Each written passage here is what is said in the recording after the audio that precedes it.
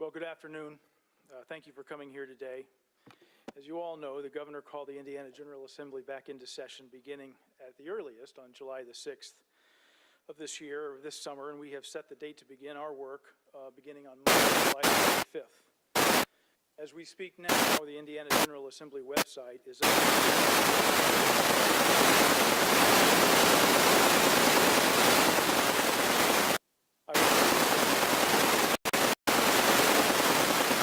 First, Sue Glick rebuilds the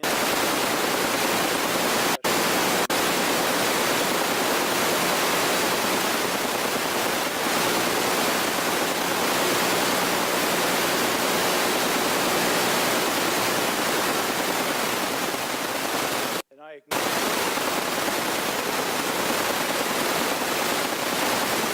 the issue that we face in a generation.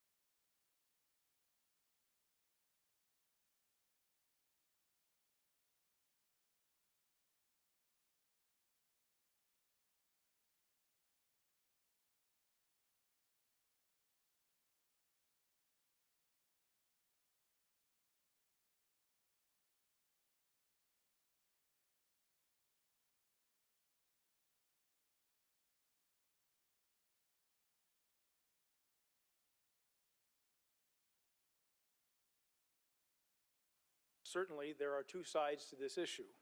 Those, of course, of the life of the unborn, which many, myself included, feel is a living human being, and the women who want to have an abortion.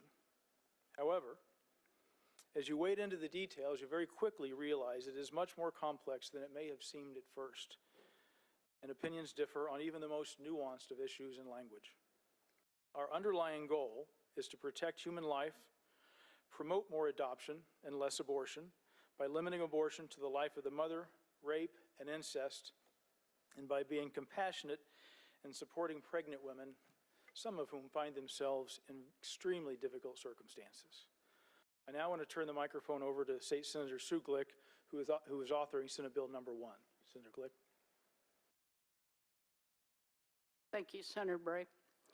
First of all, I think we need to talk about the fact that this is, we're going to try and outline the language of the bill, and we will take some questions at the end, but right now we just want to kind of go over the guidelines that are set forth in the bill.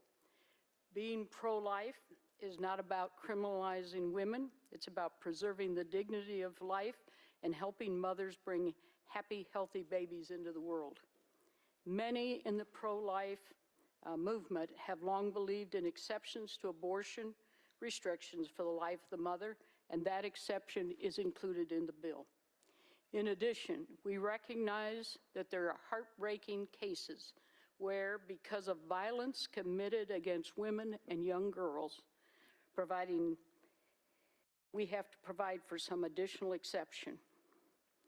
That's why the legislation we are introducing also provides exceptions in the case of rape and incest, which I believe the majority of Hoosiers accept.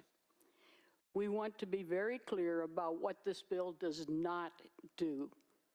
This bill does not affect access to the morning after pill, also known as Plan B, or any other method of birth control. This bill does not affect treatment of miscarriages, treatment of ectopic pregnancies. It does not affect in vitro fertilization procedures. It does not prohibit ending a pregnancy when the unborn child would not be able to survive due to a fatal fetal anomaly. And it does not criminalize women seeking an abortion.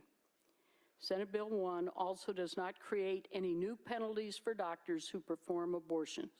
The existing penalty that allows a doctor to have his or her license revoked if he or she performs an illegal abortion will remain in place. That sums up the crux of the legislation, and now concede to Senator Bray, and he'll go on with it. Thank you, Senator Glick. As Senator Glick said, our underlying goal is to protect human life by limiting abortion to the life of the mother, rape and incest, and doing everything we can to support women and babies in the state of Indiana. While we may have educated guesses about what kind of support may be needed following the implementation of Senate Bill 1, no one can predict exactly what services will be needed in a post-Roe Indiana.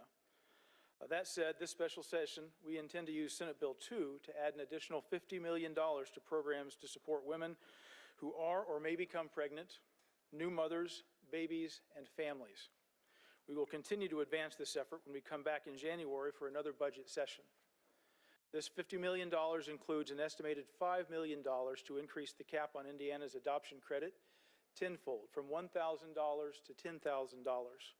And we will continue to look for ways to cut red tape and reduce the cost of adoption in the upcoming legislative session. Another $45 million for the creation of a Hoosier Families First Fund. This will allocate $45 million to agencies and programs to support women from before they become pregnant, to and during pregnancy, to the needs of mothers, babies, and families that they may have once the baby has arrived. Some of those programs include programs that will promote the health of pregnant women, maternal support services like Real Alternatives and pregnancy resource centers, access to contraception and pregnancy planning, including the removal of barriers where we can to long-acting and reversible contraception, in particular when the new mother leaves the hospital so she doesn't get pregnant again shortly thereafter. Nurse-Family Partnerships Program, which is a pilot program that has already been moving the needle for Indiana's maternal and infant mortality numbers. First steps: increase access to daycare for low-income families through the Child Care Development Fund. Additional support for foster families and adoptive families in the OB Navigator program. So all of that is contained in Senate Bill 2, which was filed under Senator Travis Holdman's name, but may ultimately end up being carried by Appropriations Chair Senator Ryan Mishler. Senate Bill 3, finally, my colleagues have come up with a proposal, given our strong fiscal position, to provide some relief to Hoosiers. First, let me say we are grateful to the hardworking Hoosiers who've kept Indiana firing on all cylinders over the last couple of difficult years. With state revenue coming in at nearly 6.2% over projections, a 15% growth in income tax, a 10% growth in sales tax, and a reserve fund found just north of $6 billion, our state is in a strong financial position. Even with our rainy day fund set, even with our rainy day amount set aside, and the maximum $2.5 billion being transferred to our pre-96 teacher pension fund, happening right now as we speak, by the way, we still have about $1 billion in excess reserves we can use to help Hoosiers while continuing to be good stewards with taxpayer dollars. This is fantastic news. Unfortunately, at the same time, Hoosiers are saddled with rapid inflation. As a nation, we experienced 9.1% inflation in June, just last month. And we're hit particularly hard on food and gas. But core inflation is up significantly as well. While wages have increased due to inflation, and so has the need for workers, those wages don't seem to be going as far. Nationally, real wages fell by 1% in June alone. There is a consequence to this, as there is to all irresponsible spending that goes on in Washington, D.C. And the bottom line is that Hoosiers are hurting. And as good as Indiana's bottom line looks, our state dollars don't go as far as they could either. In fact, some of the major capital projects we passed in our last budget have not been carried out because inflation has carried the price well past the amount of money budgeted to complete those projects. Additionally, while we have been making great progress over the years, we still have significant unfunded pension obligations to our teachers' pre-96 pension fund. We are proposing Indiana take care of Hoosiers and at the same time take care of our own fiscal house. To give relief to Hoosiers, Senate Bill 3 contains the following: a 6-month reprieve from the 7% sales tax on all residential utility bills, including gas, electric, water, and phones. Nearly every Hoosier will benefit from this every month on every utility bill. Secondly, while we feel the utility sales tax freeze will benefit more Hoosiers in a more meaningful way than totally suspending the gas tax, our members think it's important that we not allow any further increases in taxes at the pump for the remainder of this fiscal year through June 30th of 2023. As you know, sales tax on gas fluctuates each month based on the average price of gas across the state of Indiana. Senate Bill 3 temporarily caps that rate at 29.5 cents per gallon, and it suspends the increases to the gas tax and special fuel tax that took effect on July the 1st. Both of these policies will remain in place until June 30th of 2023, which is the end of the state's fiscal year. These two changes combined mean the total taxes drivers pay at the pump cannot increase until next July, though of course the taxes can go down if the prices continue to fall. This is a cap, it is not a freeze. Also, $400 million to pay down the pre-96 teacher pension fund, which is currently has an outstanding liability of $9.8 billion. Our caucus thinks it's important to continue aggressively paying down that long-term obligation so Hoosier taxpayers don't have that hanging over their heads any longer than necessary. Another $215 million to fund the much-needed capital projects that have been outpaced by inflation that were originally funded in our 2021 budget. We've had many ongoing discussions about what the best way to provide relief to Hoosiers is in this inflated economic environment, but we believe suspending the sales tax on utilities and capping fuel taxes is the best way to go to provide relief to nearly all Hoosiers and ensure that money stays in the state of Indiana. That brings me to the end of our prepared remarks on the bills. I now briefly run you through what we expect to be the schedule for the first week of this special session in the Senate. You will be receiving a detailed copy of this schedule following the conclusion of this press conference. On Monday, that's July 25th, we will convene session at 11 a.m. to introduce bills on first reading. From 1 to 5 p.m. that day, the Senate Committee on Rules and Legislative Procedure will take up public testimony on Senate Bill 1 right here in the Senate chamber. The committee will meet again on Tuesday to take more testimony from 9 a.m. till noon, and we will take a vote on the bill after testimony is concluded on Tuesday morning. Also on Tuesday, the Senate Committee on Appropriations will meet to hear Senate Bills 2 and 3. The Senate will meet for session to adopt the committee reports on Wednesday. We will meet on Thursday for second reading, and we anticipate meeting for third reading on Friday. That brings us to the end of these prepared remarks, and we're now ready to take any questions if you have them.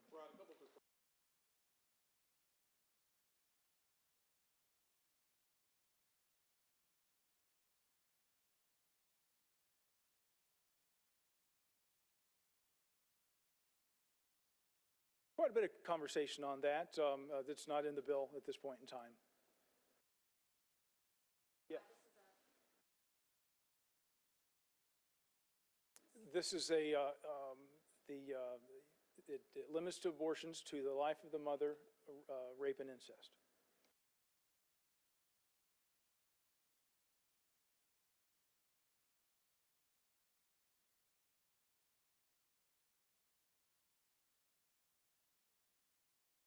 Obviously a big story. I think everybody in our Senate caucus paid attention to that heart-wrenching, tragic story. If you look at this bill as I've described it, you know, that young girl would have an opportunity here in Indiana to be treated.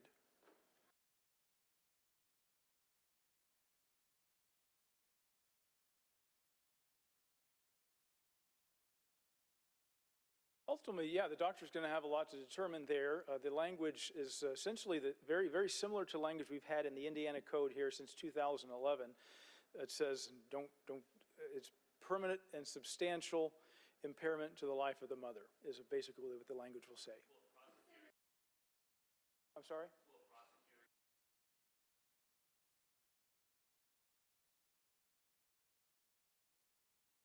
Well, the prosecutor doesn't have authority, I don't believe, to take a doctor's license under those circumstances.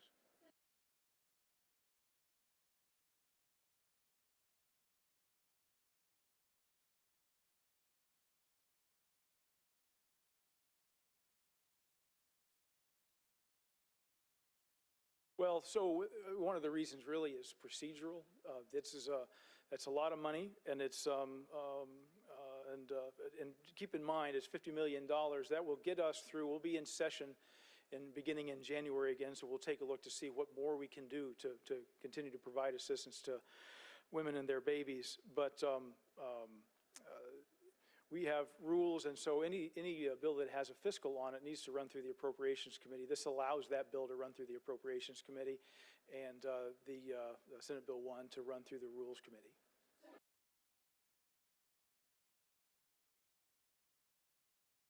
Yeah, as we've got it set up right now, yes, you could.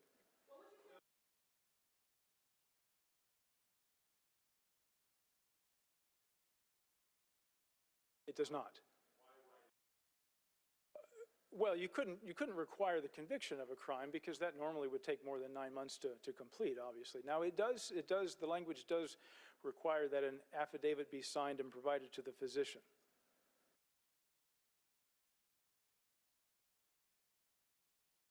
Well, this is a really, really challenging issue, and you have to weigh the right for women to make these decisions, along with the right of the child that's not born yet, and that's very significant to a lot of people. What's that? Yeah, we've looked at some polling across the state. It's kind of across the board. It depends a lot on basically how the question is asked.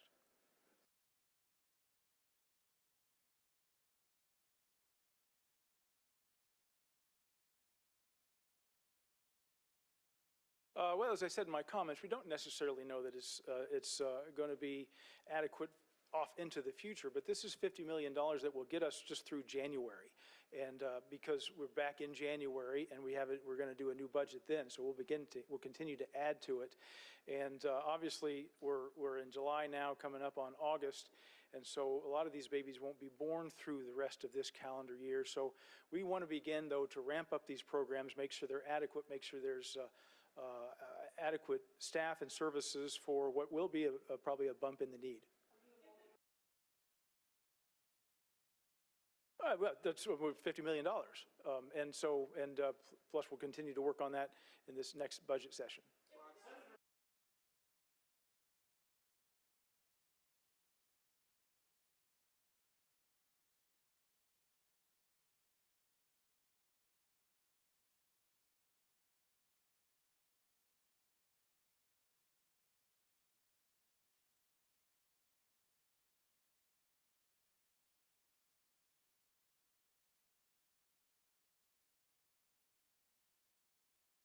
I think, if I might, when we're looking at birth control measures, the preventions of of conception, it's a different avenue. We want to work with young people. We want to work with young ladies of childbearing age and give them the opportunity to prevent conception in such a way that's scientific, it's safe. There's a number of ideas that have been floated out there, including the possibility of maybe pharmacists prescribing birth control. But there has to be measures in place to protect both the pharmacist and the individual receiving. There has to be items have been suggested, such as blood pressure testing for anyone applying for birth control at the pharmacy. Some pharmacies don't carry birth control measures. That's up to them. So it's, it's a fluid situation in terms of we can't mandate them to carry them, but we certainly can provide those resources. We want to make as many avenues available to help these people, take those steps to ensure that they're not having unwanted pregnancies if they're not able or they're unwilling to carry a child to term. We would rather deal with it on the front end than on, at the site where we're going to an abortion or a resolution that's that serious.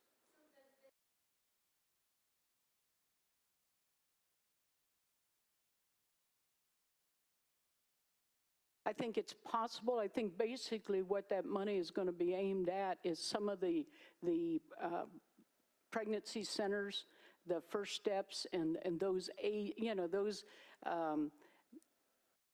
clinics and programs, women's centers, where information can be provided to people who just don't know.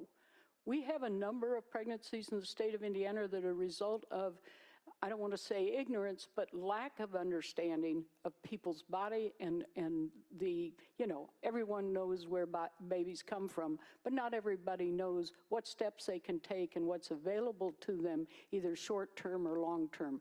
We want to give them as much help and assistance as possible, and for those people who are childbearing age, who have children that they're not equipped to take care of, we want the state of Indiana to assist them in bringing healthy babies into this world and taking care of them after they get here. It doesn't do us much good to bring children into the world if we're not going to assist and help our people take care of those youngsters as we go along. I want to add on to the question there just briefly, if I could. I think your question was, do we want to try to expand contraception? I think the question, or the answer to that question is yes. We want to expand contraception where we can, and there are some hurdles out there in clinics when a woman comes in to get, like I mentioned in my comments, a LARC, or long-acting reversible contraception, but they don't have those on their shelves because they're expensive, and it's difficult for these facilities to front-load those. And so we want to try and be helpful to make sure that those are there when the woman comes into the facility. She can get helped now. So yeah, we're going to try and do that.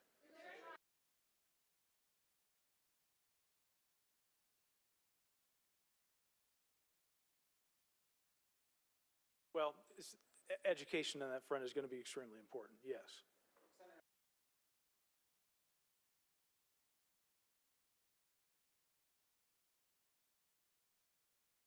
So this is limiting abortions to the instance of the life of the mother, rape, and incest. Now, it's important to, the way that, and through our conversations with experts and physicians and a number of other folks, I mean, the way we characterize the language in this bill is that that point begins when the fetus implants in the uterus.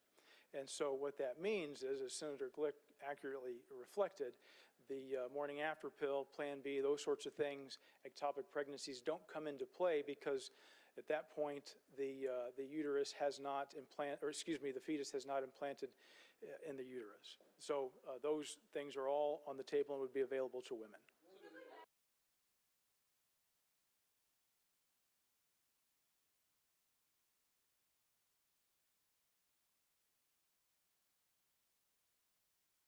Well, it's not taught in every school, but we need to make sure that that we need to work on expansion of the education, sex education. Anything else?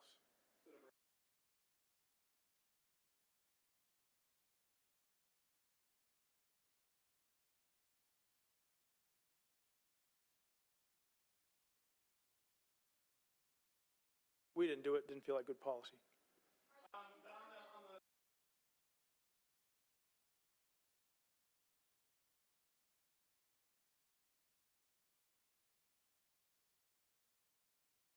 So that's about $260 million, and then the gas tax pieces would be another 50 or so million dollars, I believe.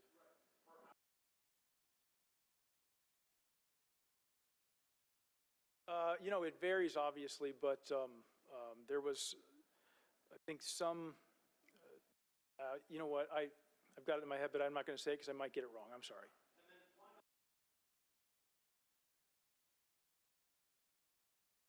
We talked a lot about that, obviously, and it's been a good, robust conversation. I think that the Senate just feels like this is a better way to do it. That we're not passing out money to individuals. We are providing them to save some money on their utility bills, which everyone's going to pay. And so, in addition, you worry a little bit about putting additional money into the economy when inflation is already moving at 9.1%. And while Milton Friedman will tell you that the only person that can create inflation is the person that has the printing press, still dropping $1 billion into the economy right now when inflation is white hot just feels, I have some trepidation of doing that.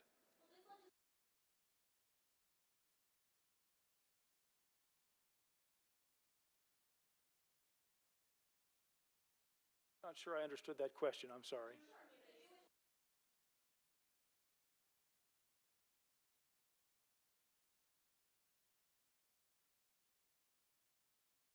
None that are in this language.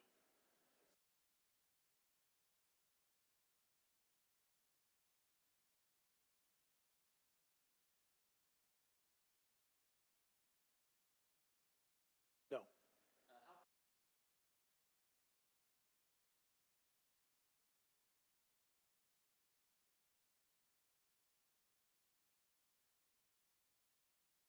You know, the speaker and I talk almost every day, sometimes more than once in a day.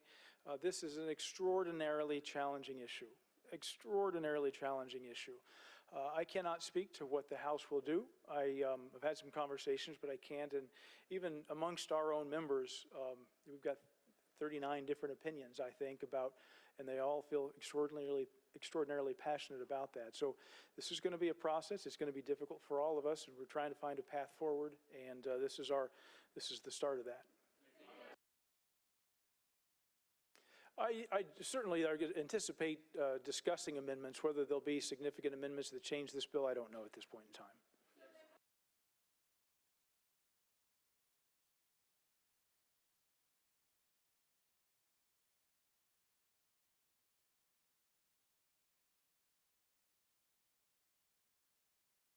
I think this is the start of that process. I mean, if somebody wants to write a bill about anything, just pick whatever it is. The first thing they do is they sit down and they start thinking about it, and then you start talking to people that are experts in that field, and so you can learn a little bit more about it. But you don't have public hearings at that beginning part of the process. But we are going to we're going to run through, as I said before, every rule that we have. We're going to follow our guidelines. We're going to have hours and hours of testimony on this, so we can hear from people. And the conversations that we've had to date have been with people that are pro-life, with people that advocate for women being able to abort their babies. We've had conversations with doctors from all sorts of fields, including ACOG and the OBGYNs, which has kind of, for instance, allowed us to kind of land on pregnancy beginning at the time that the fetus implants in the uterus, as opposed to any other different time. So we've worked very hard during this last several weeks, couple of months really, trying to learn as much as we can and come up with a path that makes sense for the state of Indiana.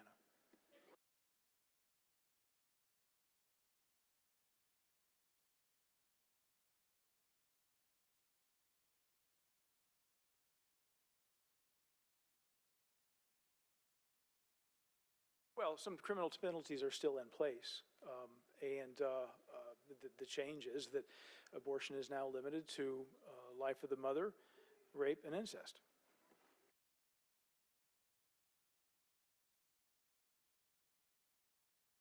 Well, so again, the language that we've landed on in this bill is the substantial, permanent impairment of the life of the mother.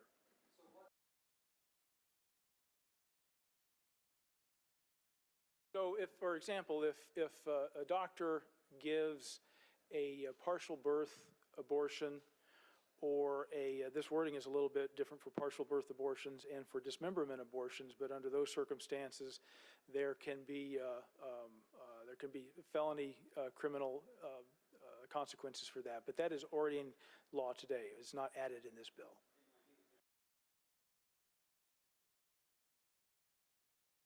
No.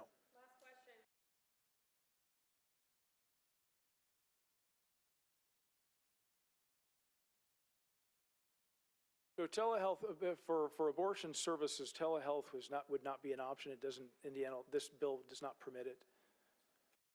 Thanks, everybody. Thanks, everybody. Appreciate it.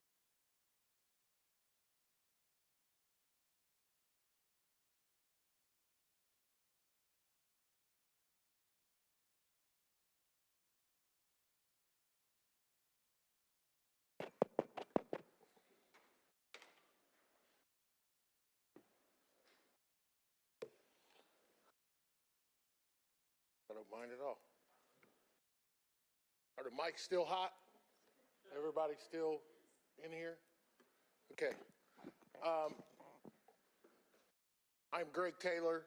State Senate Democrat caucus leader, and I just listened to the same press release and received the same documents that I hope you've received here today.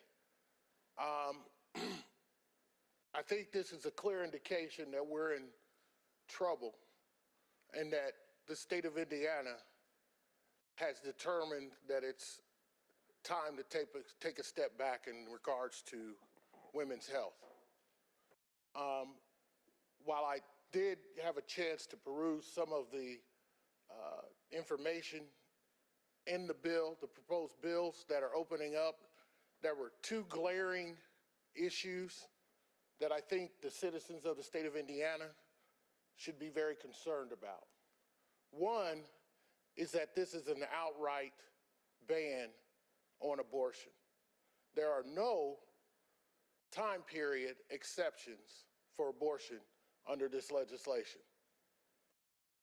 In addition, the exception for the life of the mother still does not consider her health as a consequence of having a child.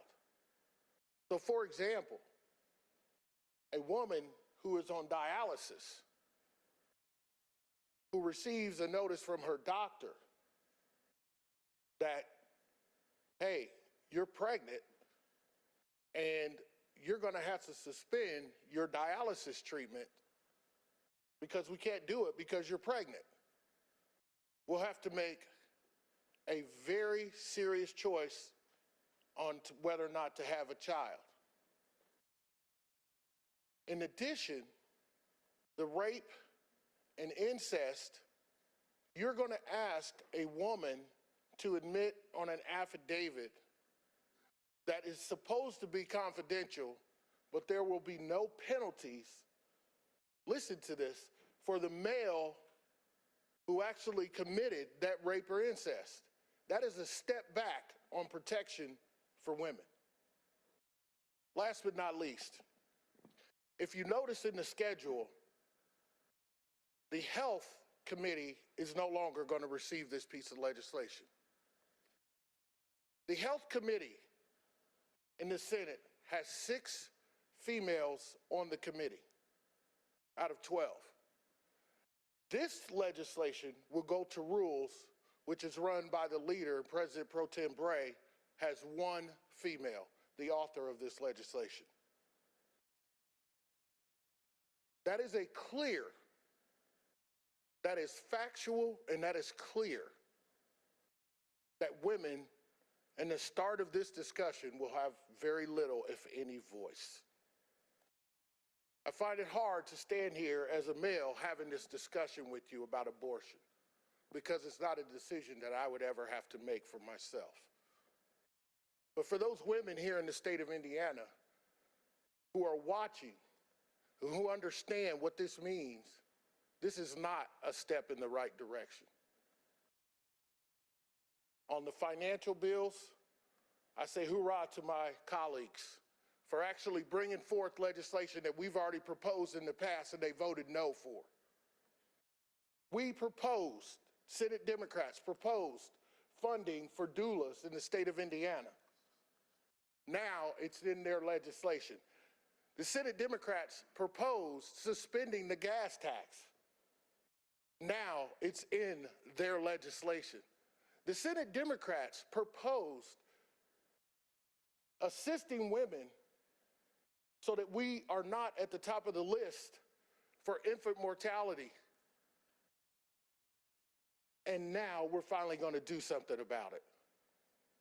So we applaud our colleagues for coming up with some ideas to help Hoosiers in the state of Indiana. It's about time. We should have done it months ago when we knew this was coming and we knew we would have a budget surplus. But now we are here and we are excited to have this discussion and determine whether or not Indiana's moving forward or backwards. So I'll open it up for questions.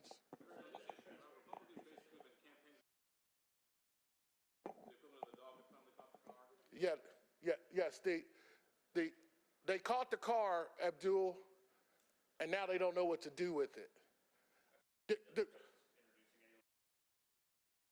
We will be introducing amendments to this. We just got the legislation today, so forgive me for not being able to give you more precise information, but we will be submitting amendments to this legislation, absolutely. Through amendments. We will have bills, but something tells me when they go to Rules Committee, they're going to die a slow death, so it's not going to be heard. This is what I will say to you about that process, however. It intrigues me. It intrigues me that it may take the Senate Democrat caucus to show up in order for us to have a quorum in the Indiana General Assembly come Monday. Please count the number of members that will be here and present. It will intrigue me because that means that for the 34 members that are here, they still need 26 votes to pass any legislation. So just stay tuned. It may confuse some of you, but I would say stay tuned and be cognizant of the fact that we're going to have to come back and we have to have a quorum to start things. We have to have 34 members here. I think that there's certain individuals who don't want to vote on this issue. I think if it was clear that this issue was important enough, it would have gone through the regular process. If you look back on the last session, you saw this process in place before. It was on the permitless carry legislation, remember? You see, we went to committee and we voted out a bill, but it was not to the liking of the leadership of the supermajority. So they took that bill to what committee? Rules. And now they're bringing this bill to rules so that it can be controlled. We will be here to fight for women's rights.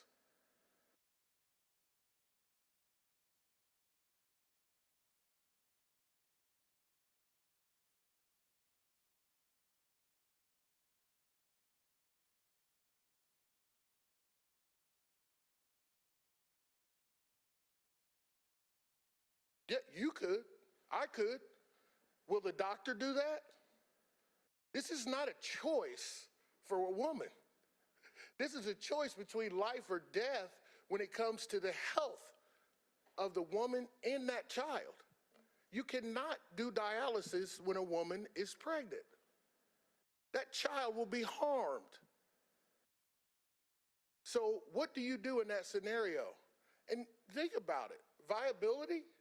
That doesn't even come up. That doesn't even come up in this legislation. That's an important issue when it comes to abortion rights. And now it's no longer in the legislation. So, stay tuned. We're going to have some interesting conversations.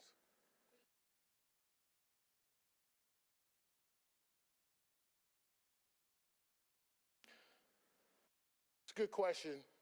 We've been through this before. And the executive who started that problem ended up being the Vice President of the United States when we went through RFRA. This is the start of RFRA.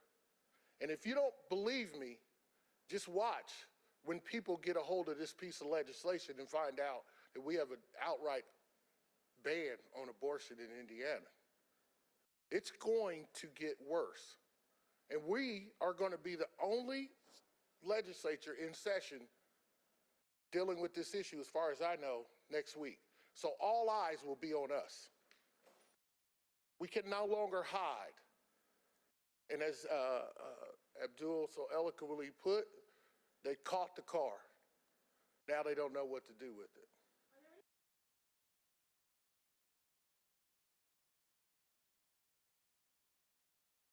Economic impacts, it's going to be an economic tsunami. Here's the problem. The package that they actually, in the finance packages that they've offered, are reopening the budget. If you remember, we asked that very question when we were here on the last special session. Senate Democrats said we need to open the budget so that we can give relief to taxpayers. Now, all of a sudden we're opening a budget, and notice the language specifically said allocated from the budget to women's health, postpartum treatment, economic, I don't know what this utility tax, gas tax is, but that is going to be reopening the budget. Where's teacher pay? Where's support for families in childcare? Where's support for families that need assistance just to get by? During this last special session, they took food stamps away from people during the last time. And now they want to talk about helping them pay for their utility bills? It's inconsistent, and it's actually taking us back. And like I said, we're supposed to be moving forward, and these pieces of legislation help us move back.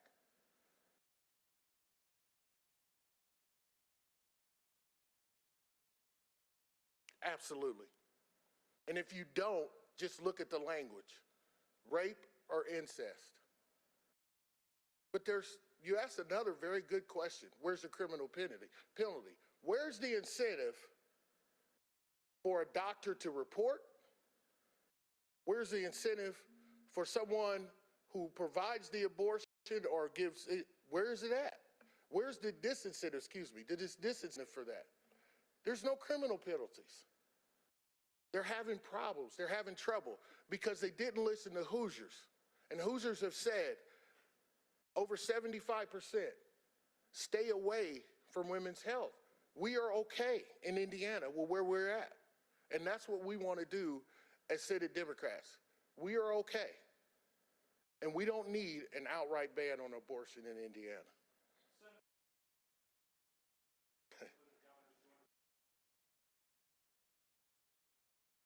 $225, we always said that listen, whatever economic package they have to give relief to Hoosiers, I'm supportive of. However, if you're going to do it the right way. And don't play games with the money. Remember, this is not our money. These are taxpayers' dollars that are being paid in. Listen, the top revenue source for this surplus is, guess what? Sales tax. So that means Hoosiers are spending money, right? So if they're spending money and you give them another check, they're going to spend what? More money.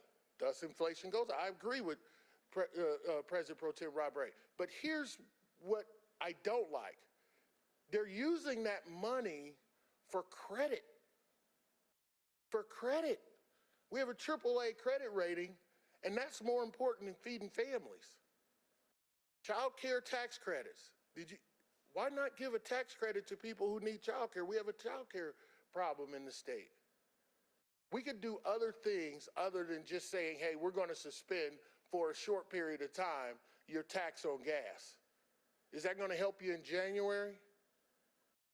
Is that going to help you in February? Maybe. March, you're on your own. Thank you, guys. Unless anybody has any more questions. Oh, I do want to say this, too. Going back to my point about having problems with this piece of legislation. When we started down this path of considering, after the Dobbs decision, what we were going to do, I made the statement that we don't have to do this right now. We don't have to spend taxpayer dollars to come here and talk about abortion. We have a legislative session coming up in January, and we could take care of it then. We do, and if we do anything, we should provide relief to taxpayers because we have their money. But I believe that there's a small group of the supermajority in the Senate that don't want to be here either. So it's your job to find out who those people are, but in the next coming days, you might find out more and more information. So thank you for your time.